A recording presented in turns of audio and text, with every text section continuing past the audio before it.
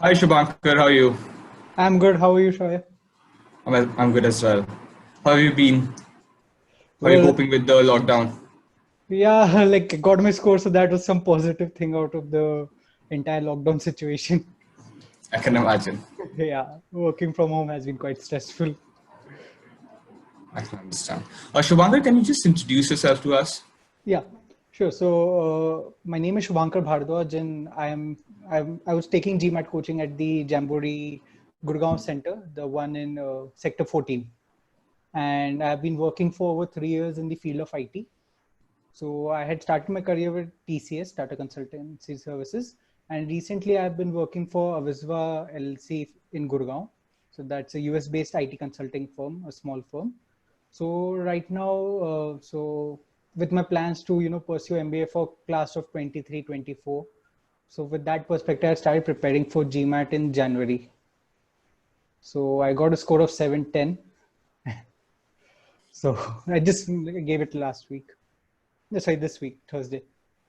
That's great. So you say that you have a fairly technical background. Yeah. What what encouraged you to take GMAT and to encourage you to go ahead with an MBA? So when I was in my engineering, so I think it was second year, and I had just given in an application for a racing team. So a Okay. student racing team. So there they gave me an opportunity that I could either pursue the technical side or the management side. So out of curiosity, because everyone was going for technical, so I had that. What can you say? I just thought, why not try the management side? And when I went there and they started teaching me stuff about business and everything, so that inspired me a lot. And then that was the time I made my mind that first I'm going to get a technical job, but after that I'm going to pursue a degree in management. Okay. That's quite a story.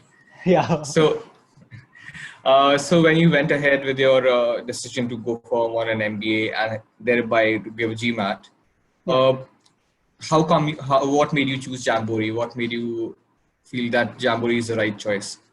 So if I'm being completely honest, so first I had thought about cat, Okay. because I was more into like, okay, why not go for an Indian MBA first?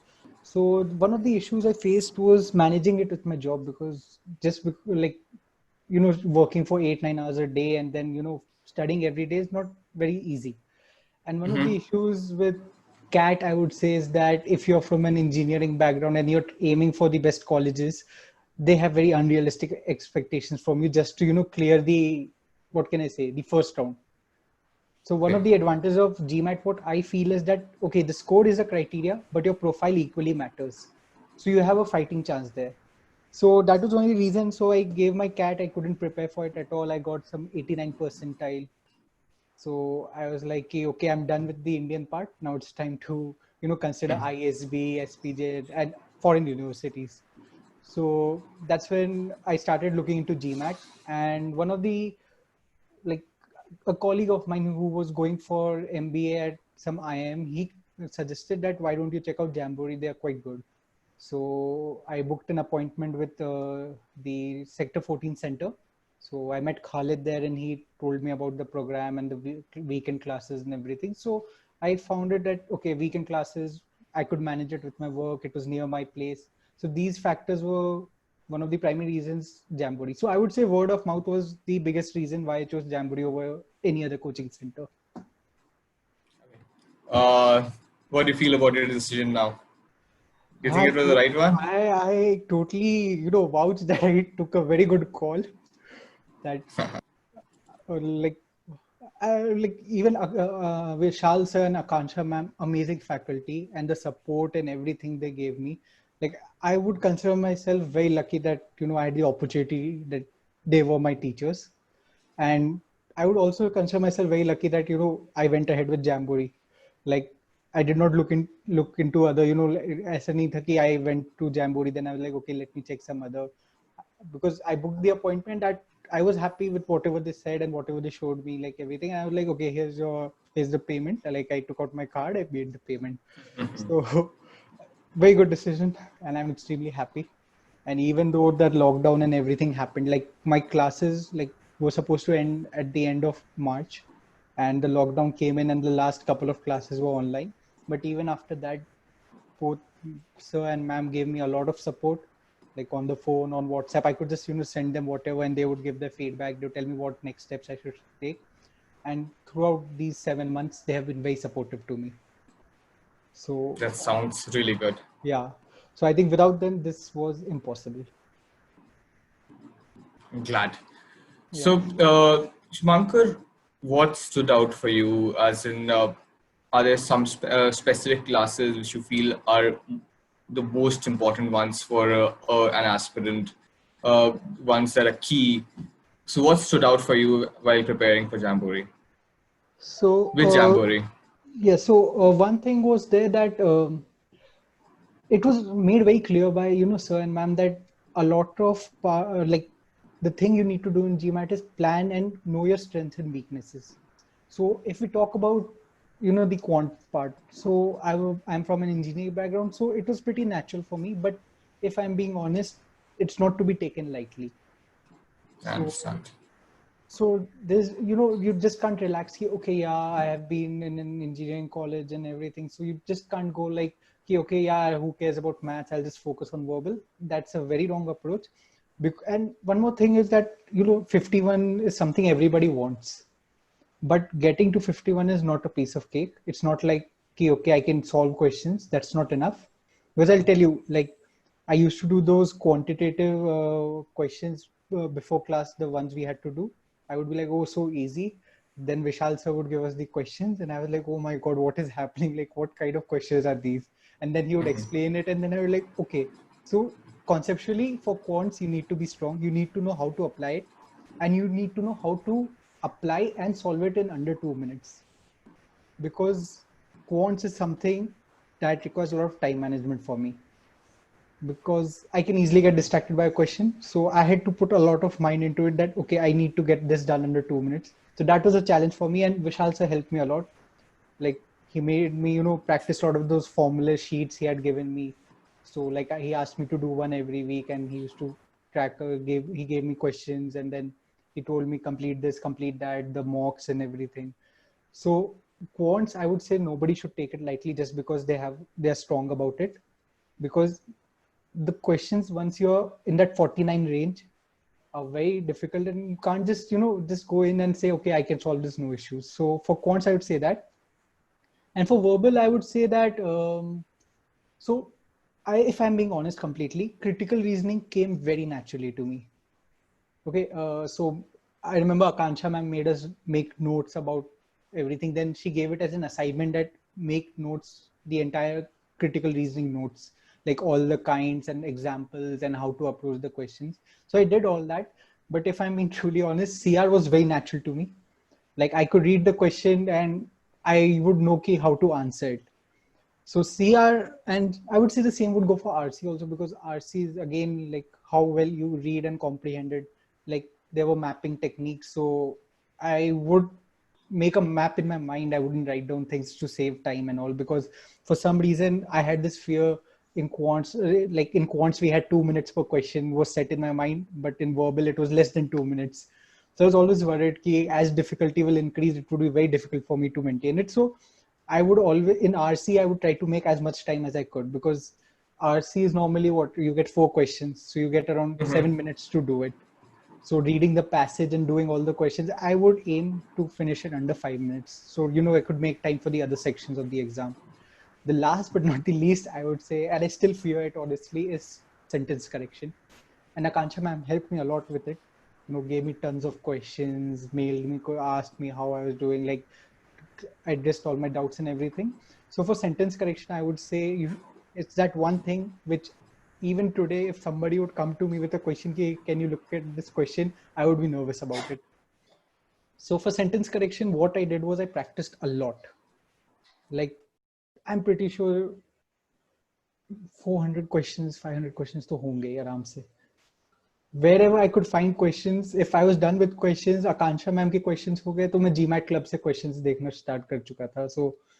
So SC is something I didn't take lightly, and that's one of the reasons, like, I feel that I was able to get a score of 38 in verbal, because matlab, I was not very confident about sentence correction. The only thing I was confident ki, okay, critical reasoning I can handle. And honestly, in the exam, I felt that the critical reasoning was much more difficult than the sentence correction for me. Like I was finding it difficult to, get the correct answer, the elimination and everything. So even in verbal, I would say don't take anything lightly just because you're good at something. Because maybe if I had not taken critical reasoning lightly, I would have scored even more than 38. So that's the thing I would like to say about the two sections. So sections where you focused the most on was sentence correction and quant. Yeah.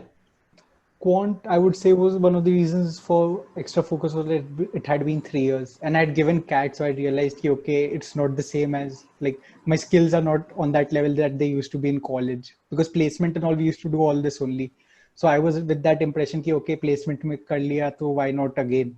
But my skills had rusted. So I had to, hit it. And, and Vishal sir had told us that number system and inequalities were very important, and those were my weakest sections honestly, because बाकी तो formula लगा के geometry में you just apply the formula, get the answer. Statistics, use the formula, get the answer. But number system inequalities were all about conceptual, and I was very weak at it. So those two sections also I practiced a lot.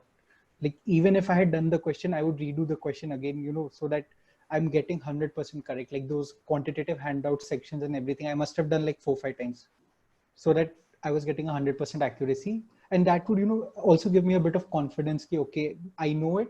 So even if it comes in the exam, I can handle it. And honestly, in the exam, I was able to handle it pretty well. Where all did you end up practicing quant from? So there was the blue book, the red book, OG, then quantitative review. Then there were some advanced questions, something like that. Apart from that, I finished all the material Jamboree online had, all the mixed bags and everything. I wrote all the mocks, and apart from that, I also wrote all the 6 mocks from the MBA.com ones. So I gave a lot of tests, like section, because that also helped me with my time management, like, the sectional test also.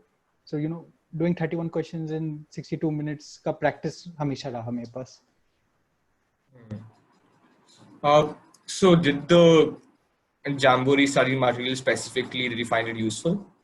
Yeah, because honestly, I had no idea how to approach the how to approach GMAT. Okay, I knew what the sections were, what kind of questions they were asking, what were the topics.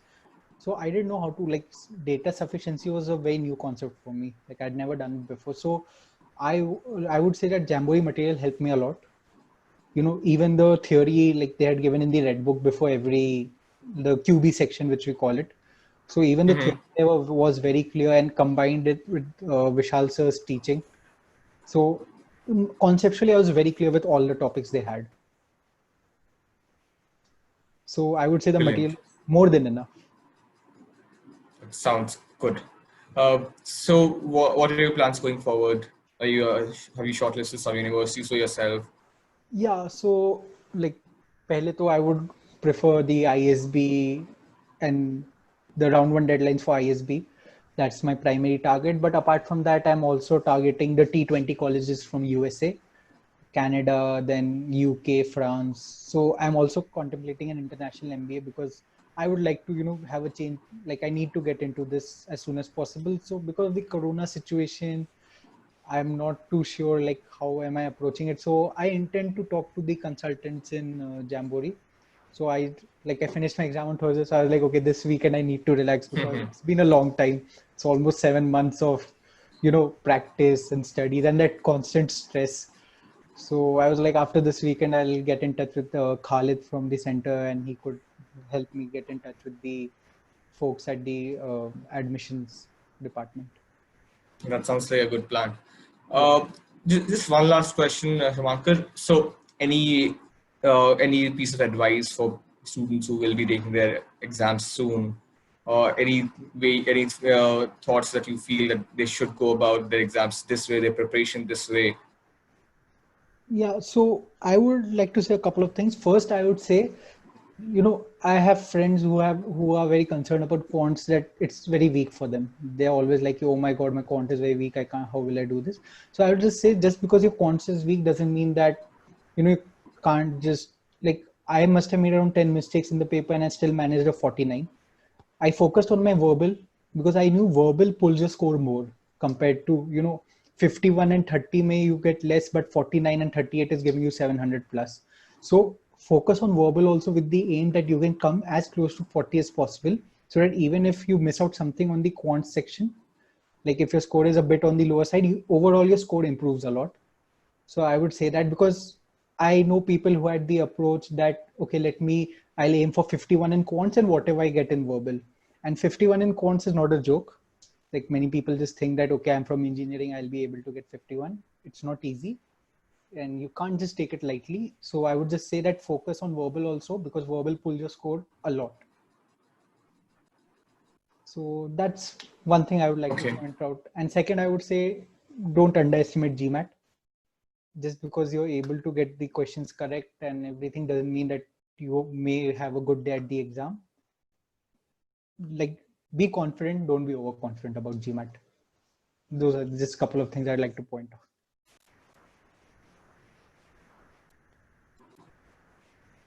It's really good advice. I'm sure Yeah. So that's just the my students will experience. be Like what and I felt. prospective students will be watching this will really gain from that. Thank you so much for joining us, Shubhankar. Thank you so No much problem. for sharing your experience. Yeah, Yeah. And thanks a thank lot you to so much Jamboree for sharing your and experience Vishal sir and and yeah.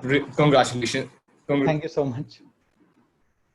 And that's why I would also like Congratulations, to thank Nesco. Enjoy. Jamboree and the faculty, so that it wouldn't be possible without them.